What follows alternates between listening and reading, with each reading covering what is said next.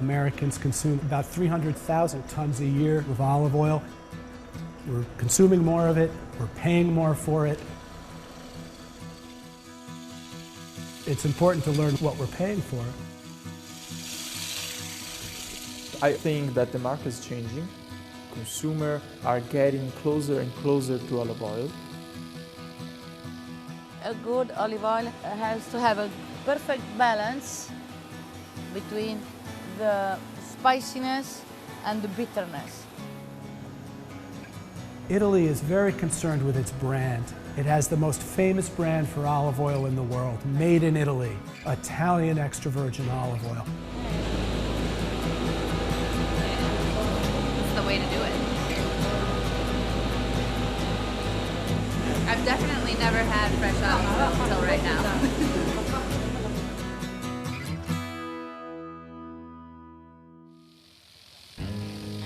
From the tree to your table, extra virgin olive oil should be simple. I gotta tell you, it feels weird to be sipping oil. Is there like a... Very pungent, I should only sip a little, right? just a little. Oh yeah. It goes in, and then there's that Sting. sting at the back, just in the way down. Extra virgin olive oil has to be free of what we call defects. And defects are smells that shouldn't be there. It's just crushed fruit. There's also the health aspect of it, which is really the most important part. And we pay more for extra virgin olive oil because we expect that it has certain tastes and certain health qualities. From lowering your risk of heart disease to benefiting blood sugar, the health claims are undeniable. 97% of the olive oil that Americans consume is manufactured primarily in the Mediterranean, Spain, Italy, and Tunisia. But across the globe, and definitely in Italy, there have been some major challenges over the past few years. In the 2016 growing season, olive oil production in Italy alone was down almost 50%, and almost all of that had to do with the weather. What we're seeing right now in Italy is the effect of drought. There are pests and outbreaks of bacterial infections, so the olive oil producer is on a sort of never-ending battle with climatic conditions, economic conditions, and a whole host of other things. We wanted to see the crisis for ourselves, so in 2016, we journeyed to the countryside of Tuscany, where Serena and Giorgio Ganelli invited me to their family's property, the Santa Tea farm. So this is the way. Yeah. That's the actual harvest. Electronic rake. Yes, so this is like a carbonium arm with a little finger that's shaking around. So in that way it doesn't hurt the tree and they put down the olives. The harvesting from here, it takes usually 10-15 hours. Then we make the full track and then before the fermentation starts and then go to the mill for the production. So as quickly as possible, Yeah, and then as quick as possible in order to prevent and stop the fermentation. will you show me how to do this? Yeah. Okay. Take it, Yes. and then we start.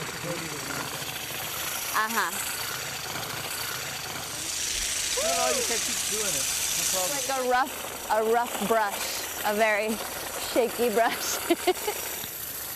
I do think that people have no idea how much effort and money it costs to create. This can be a good example, right? Yeah. So it takes time. It takes time and labor cost, production cost. So of course that's why a bottle of olive oil, an authentic extra virgin olive oil, cannot be cheap. How would it be helpful, not hurtful? Oh, no. Pick it up? Yeah.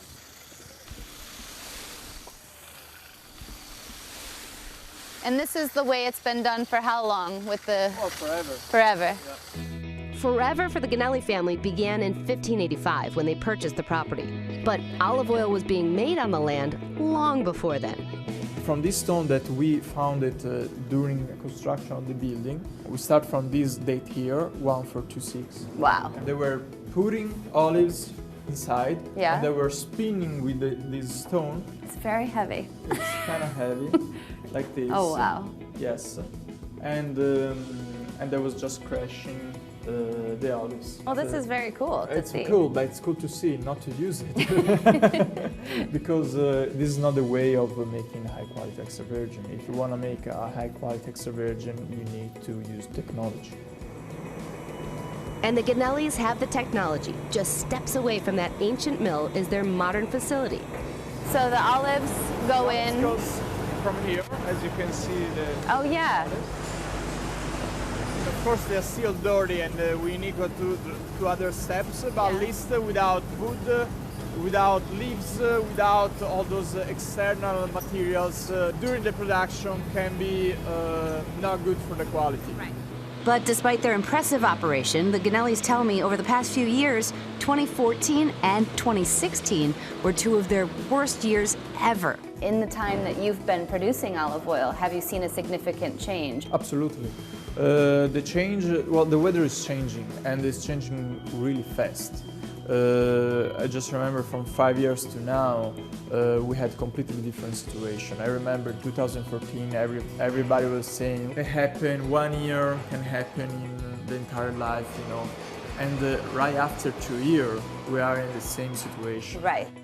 That once in a lifetime he's referring to was 2014. That was the year that a late freeze, a super hot summer, and a huge hailstorm wrecked the 2014 season for so many olive oil producers. By 2016, they thought things were looking up. Beginning of April, it was an amazing year because the flowery was huge. I saw that headline. Everybody expected a very good Exactly, year. exactly. Yeah. Everybody was expecting the big year. Yeah. And then July, August turned out to be crazy. Summer 2016 turned out to be warm and way too humid, and their production took a turn for the worse. And then I saw 30% down, and now everyone's Yes, saying 50% exactly. down. Then start rain every single day, hot, very humid.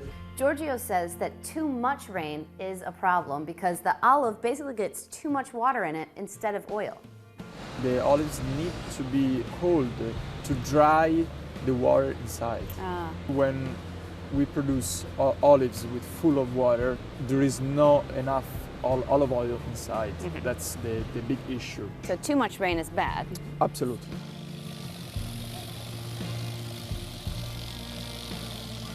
Look, come and see these olives. So green, but the amount of oil is just so little. Marina Colonna makes olive oil in southern Italy. She tells us wet weather is hardly the olive's only nemesis. The fly completely destroyed everything because it put a little worm inside the olive and then it comes out as a worm and it's a destroyer. A tiny fruit fly has infested crops across the nation. This is a new one I put like 5 years ago, local. So many olives completely taken by the fly. I thought, well, what's happening? I mean, it was really a shocker. I never thought it would happen.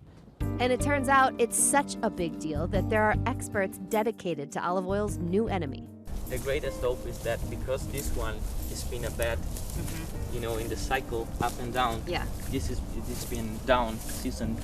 That the next one is going to be an up. The olive fruit fly is a pest that is mostly driven by weather. And in general, you have natural enemies that control the population of agricultural pests. But in this case, that's not what happens because it's a very prolific animal. There isn't a natural enemy that is effective enough. And when the weather's warmer, there's more flies, so they find it easier to reproduce. Here's what happens. They lay their eggs on the inside of the olive. Then the eggs hatch, the larvae come out and eat the olive from the inside out. The big issue, you'd have no idea because you won't see the damage on the outside, only if you were to cut into the olive.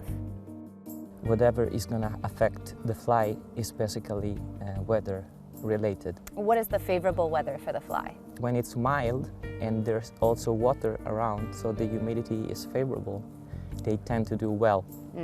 So they like kind of a warm, humid. Right. And then they multiply like crazy. They just explode because Yeah. there's no other factor affecting them. Luigi was part of a study that estimates that by 2060, if you add an average of 2 degrees Celsius on the Mediterranean basin, it would actually increase olive production in France and Italy. But it would also increase the number of fly infestations. So we established warmer temperatures mean more flies. More flies mean more damaged olives. If you don't control the fly, it's going to be a problem regardless of the year or the season. You have to take measures to control the populations of this insect. The soil, you've got to keep it clean from grass so that all the bugs, you can kill them. If you want to make quality, you've got to spend. If you don't want to spend, then that's it, you risk. And today, you cannot risk because climate change is so much that you have to be really careful. You have to watch your trees all the time, if you care for them. If you don't care, then anything can happen. And anything could include what happened in the Italian region of Puglia. Puglia was ravaged by this disease, Xylella fastidiosa, or XF. Olive Ebola, is that what I read? Olive Ebola, which came out of nowhere. And you don't expect something to come out of nowhere and wipe out 1 million trees and decimate the production down 70%. The trees discontinue fruit production and they're no good anymore. We are on the border with Puglia. We are right at the end of Molise. And the problem with that bug called the Xylella is, which is a bacteria, is that story is kind of difficult to understand. And it's difficult to understand because there are a bunch of different opinions on what exactly is happening. The bacteria is a big issue on its own. Yeah. Which way would you like me to address it? However you can address it so we can learn from you. The way it works in Italy, if you whatever you say, they will come after you. But okay, I will try to. Well, there is a bacteria. There is. Yes. It's a multifactorial thing. Okay. Where weather, soil fertility, fungi play a role. The fact that you find a bacteria in the tree doesn't mean that you're going to have the symptomatic manifestation of the syndrome. Beyond where it is. You don't know. You don't know. No.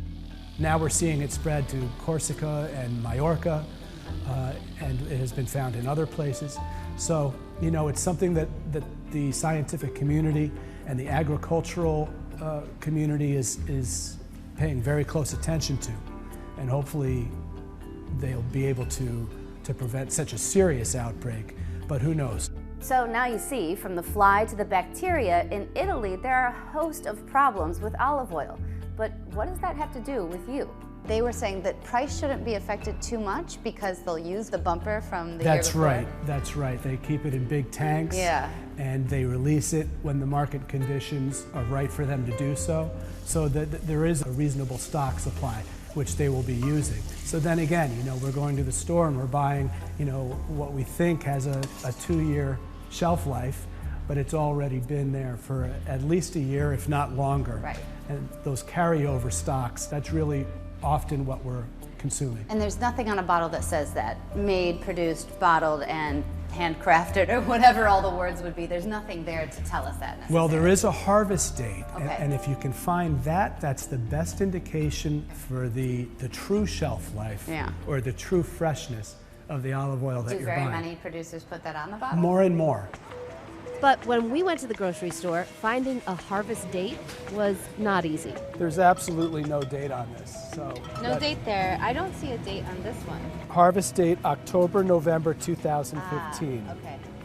In another month or two, you might have 2 choices on the shelf. Sure. You might have a 2015 harvest or a 2016 harvest. For me, I'm still confused. It's hard to buy. It's a good thing to look for dates on the label. That's at least giving you one leg up, right? Yeah. I mean, that is bettering your chance of actually getting a high quality extra virgin olive oil. At least make sure it's fresh. Once you do that, then you learn how to taste it and see for yourself. Now this one, I want to just warn you. This is an olive oil that we bought it on a shelf in a grocery store. It was labeled extra virgin olive oil. Mm-hmm. And what you have here is something very typical that most of us are eating every day. Yeah. And not knowing that it's not extra virgin. And not knowing. So take a smell and tell me what you think of the smell. It's the smell of rancidity. Oh. It's the smell of Then that's rancidity. I have rancid oil, is what that means at home. That's right. And rancidity is a very common defect. And it's oxidized. It's simply oxidized. What I've learned already in my short time with olive oil now is that there seems to be this crazy world out there. There are many great olive oils and there are many not as great. Well, I think this is one of the most difficult business in the food business. Is this your favorite dish to have? This is a really typical Tuscan. Uh-huh. So we have fettunta. For me, I was lucky enough to experience the taste of real extra virgin olive oil in Italy. And after my journey, realized that no matter what challenge they're faced with, they will survive because of their passion for that age-old tradition. If you're really in trouble, you make it. You've got this strong will and you're clever. Today, it's very difficult because everything is conspiring against you, the industry and the system.